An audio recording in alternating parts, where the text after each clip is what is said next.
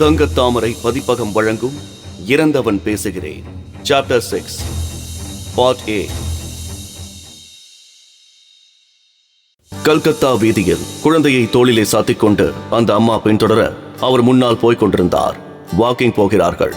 ஊர்கோடியில் கிறிஸ்துவ ஈடுகாடு ஒன்றின் வாசலில் வழியாக போகும்போது குழந்தையின் கண்களில் அந்த கல்லறை மைதான வாசல் பட்டதும் பயங்கரமாக அலறி அழுதவாறு அந்த அம்மாவின் கழுத்தை கீறி கடித்து கதறியது. அவசர அவசரமாக அந்த எல்லையை கடந்ததும் அமைதியாகியது. மீண்டும் திரும்பும் போதும் அதே கதை. அந்த குழந்தையின் அப்பா சொன்னார், குழந்தையை கல்லறை மைதானம் பக்கமாக இனி அழைத்து போகக்கூடாது, எச்சரிக்கையாகிற என்றார் தீர்மானத்துடன்.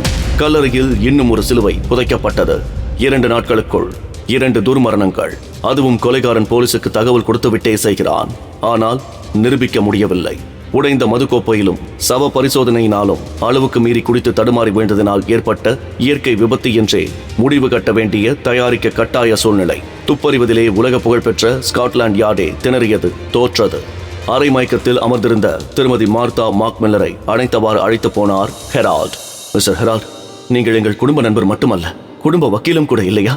நான் என் உயிரை தயாரிக்க விரும்புகிறேன். அதற்கெல்லாம் அவசியமில்லை. மிஸ்ஸஸ் மா, அமைதியாயிருங்கள். இல்லை மிஸ்டர் ஹெரால்ட், என் கணிப்பு சொன்னது சரிதான். இறந்தவன் தான் எழுந்து வந்திருக்கிறான். இனி என் குடும்பமே அழியப் போகிறது. அடுத்த பலி நானாகவும் இருக்கலாம். அமைதியற்ற ஒரு ஆத்மாவின் கையால் சாக எனக்கு இஷ்டமில்லை. என்னை நானே முடித்துக் கொள்ளப் போகிறேன். Mrs Mark, please don't be silly. Please எனக்கு உதவுங்கள். திருமதி மார்க் விம்மினார்.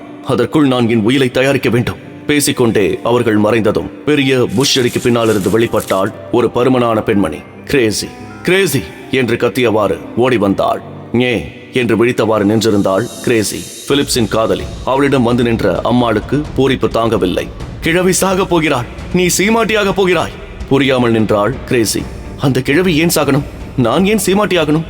உயிரை எழுதி வைத்துவிட்டு தற்கொலை செய்து கொள்ள போகிறாளாம் கிழவி. அவளுக்கு பிறகு வீட்டிலேயே பெரியவன் பிலிப்ஸ் தானே. சொத்துக்களுக்கு அவன்தான் கார்டினாக கேர்டேக்கராக வருவான். அப்புறம் என்ன? அப்படி அவன் வந்தால் நீ அடித்தாய் அதிர்ஷ்டம் என்று பரபரப்புடன் சொன்னவள் நிறுத்தினாள். அவளது அருமை புதல்வி இன்னும் நேங் என்று விழிக்கவே தலையில் அடித்துக் கொண்டாள்.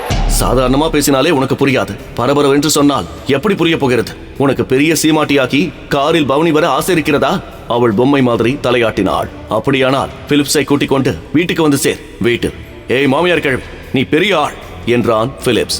கீக் கீக் என்று சிரித்தாள் அந்த அம்மாள். கொஞ்சம் பொறு, ஹெரால்டின் ஆபீஸுக்கு போன் செய்து உயில் விஷயமாக விசாரிக்கிறேன். போனை எடுத்து நம்பரை சுழற்றினாள். கொஞ்ச நேரத்துக்கு பின் உயில் தயாராகிவிட்டது, ரிஜிஸ்ட்ரேஷனுக்கு போயிருக்கிறார்கள் என்ற தகவல் கிடைத்தது. உயிலின் விவரத்தை வெளியிட மறுத்துவிட்டார்கள். டேம் இட் என்றவாறு போனை வைத்தவன் சிட்டிகை போட்டுக் கொண்டான். மிஸ் கேத்தி, ஹெரால்டின் பர்சனல் செக்ரட்டரி. அவளுக்கு என்னிடம் தனி மயக்கம் உண்டு. அவளை கேட்கிறேன். கேட்கிற முறையில் கேட்டால் விவரம் தானாக வெளிவரும். போகிற போக்கில் அவன் பின்புறமாக வெளுக்கென்று கிள்ளிவிடவே கிரேசி யாவென்று அலறினாள். அவள் அம்மா கனவில் ஆழ்ந்தாள். சற்று நேரத்திற்கெல்லாம் ஒரு நீச்சல் குளத்தின் கரையில் முகத்தை தொப்பியால் மறைத்தவாறு படுத்திருந்தான் பிலிப்ஸ். சனிக்கிழமையாததால் விடுமுறையை உற்சாகமாக கழிப்பதற்காக நீச்சலுக்கு வந்திருந்தாள் அந்த கேத்தி. அவளை தேடி அவன் வந்திருந்தான். மற்றபடி நீச்சல் குளத்துக்கெல்லாம் அவன் வரமாட்டான். தண்ணீரை கண்டாலே அவனுக்கு பயம் அதிகம். எரிச்சலுடன் தொப்பியை கழற்றினான். கேத்தி சொன்ன விவரம் அவனுக்கு எரிச்சல் மூட்டுவதாக இருந்தது. சொத்துகளுக்கு ரிசீவராகவும் போபி மற்றும் மிலியாண்டாவுக்கு கார்டினாகவும் அம்மா ஹெரால்டை நியமனம் செய்திருக்கிறாள். குடும்பத்தில் யார் மிச்சமிருக்கிறார்களோ அவர்களுக்குத்தான் சொத்துக்களாம். அப்படி யாருமே மிஞ்சாமல் போய்விட்டால் ட்ரஸ்ட் அமைக்கப்படுமாம். என்ன பைத்தியகார்த்தனம் இது! இறந்தவனாவது வருவதாவது. அந்த அப்பா கிழவனும் கரோலினாவும் குடிவரியா விபத்தில் சிக்கி செத்தார்கள். எனக்கு தான் குடிப்பழக்கமே கிடையாது. நான் சாக மாட்டேன். என் பெயரில் எழுதினால் என்னவாம்? மீண்டும் எரிச்சலுடன் தொப்பியால் முகத்தை மூடிக்கொள்ளும் போது தொலைவில் வித்யா தெரிந்தாள். இந்திய பெண்கள் அழகானவர்கள் என்று நினைத்தவன் மீண்டும் உயிரை நினைத்து எரிச்சல் வரவே தொப்பியால் முகத்தை மூடிக்கொண்டு விட்டான். வித்யா, ராம் சொன்னான். ராத்திரி ஒரு டின்னர் இருக்கிறது. சிலோனை சேர்ந்த மிஸ்டர் பெர்னாண்டஸ் வீட்டு விருந்து. என்னையும் அழைத்திருக்கிறார். வருவாய் அல்லவா? சாரி ராம், என்னை விருந்துக்கெல்லாம் கூப்பிடாதே. வயிறு சரியில்லை. ராம் முகம் கும்பிவிட்டது. இந்த லண்டனுக்கு வந்ததிலிருந்தே நீ மாறிவிட்டாய் வித்யா என்று நடந்தவனின் கண்ணில் பட்டான் பிலிப்ஸ். பாவம், இதோ படுத்திருக்கிறானே, அவன் தான் பிலிப்ஸ். அவன் வீட்டில்தான் 2 நாளாக அந்த தொடர் கொலைகள் நடக்கின்றன. சட்டென்று திரும்பி பார்த்தாள் வித்யா. கண்கள் அவளையும் அறியாமல் கலங்கின. இரவு விருந்துக்கு அவனும் வருகிறானாம். பெர்னாண்டஸ் சொன்னார். அவன் கதை பரிதாபமானது. மனமாற்றத்துக்காகவே வருகிறான் போலிருந்தது. எத்தனை மணிக்கு விருந்து என்றாள் வித்யா சட்டென்று. 7 மணிக்கு. ஏன் என்றான் ராம் வியப்புடன். நானும் வருகிறேன், ஆனால் எதையும் சாப்பிட மாட்டேன். இப்பவே சொல்லிவிட்டேன். ஜஸ்ட் அந்த அட்மாஸ்பியரை மட்டும் ரசிக்கப் போகிறேன். வியப்புடன் பார்த்த ராம் நினைத்துக் கொண்டான். புதிரே, உன் பெயர்தான் வித்யாவா? ஆவி பறக்கும் முட்டை பொரியலை நீக்ரோ ஆயா கொண்டு வந்து வைத்தபோது குழந்தைகளை அணைத்து கண்ணீர் வடித்துக் கொண்டிருந்தார் திருமதி மார்க் முல்லர். ஆயா, குழந்தைகள் பத்திரம். இனிமேல் நீதான் அவர்களை பாதுகாப்பாக பார்த்துக் கொள்ள வேண்டும். ஆயா டீப்பாயை பார்த்தாள். தூக்க மாத்திரைகள் அடங்கிய நீல சீசா. குழந்தைகளை அழைத்துக் கொண்டு போய்விட்டாள்.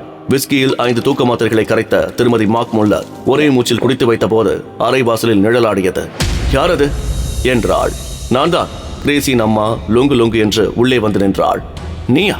இன்னுமா வீட்டுக்கு போகவில்லை? இல்ல, மனசே வரமாட்டேங்கிறது. கொஞ்சமான துக்கமா உங்களுக்கு என்றவள் தூக்க மாத்திரை புட்டியை எடுத்து பார்த்தாள். இதையெல்லாம் உங்கள் கண்ணில் காட்டலாமா என்றவள் எடுத்து வைத்துக் கொண்டாள். விஸ்கி சாப்பிட்றியா? கொஞ்சமா, ஜஸ்ட் டிராப்.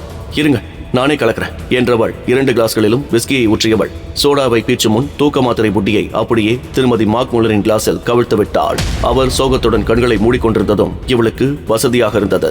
சியர்ஸ் என்ற போது கிரேசியின் அம்மாவின் பூதாகரமான உடம்பு முழுக்க படபடத்தது. உனக்கே நடுங்குகிறது என்று திருமதி மார்க் கேட்டதும் மேலும் நடுங்கினாள். எனக்கு இப்படி ஒரு படபடப்பு எப்போதும் வரும். வீட்டுக்கு போய் மருந்து சாப்பிட்டால் எல்லாம் சரியாகி போயிடும் என்றவள் கிளாஸை வைத்துவிட்டு வெளியே ஓடி மாடி ஏறி பிலிப்ஸின் அறையில் கட்டிலில் உட்கார்ந்து ஏங் என்று விழித்துக் கொண்டிருந்த கிரேசியை இழுத்துக் கொண்டு வந்தாள். வா வா, இனிமேலும் நாம் இங்கே தங்கக்கூடாது, ஆபத்து என்று அறைக்கு வெளியே வந்தவள் கரும்பூதம் போல நின்ற நீக்ரோ ஆயா மீது மோதிக்கொண்டு மேலும் நடுங்கினாள்.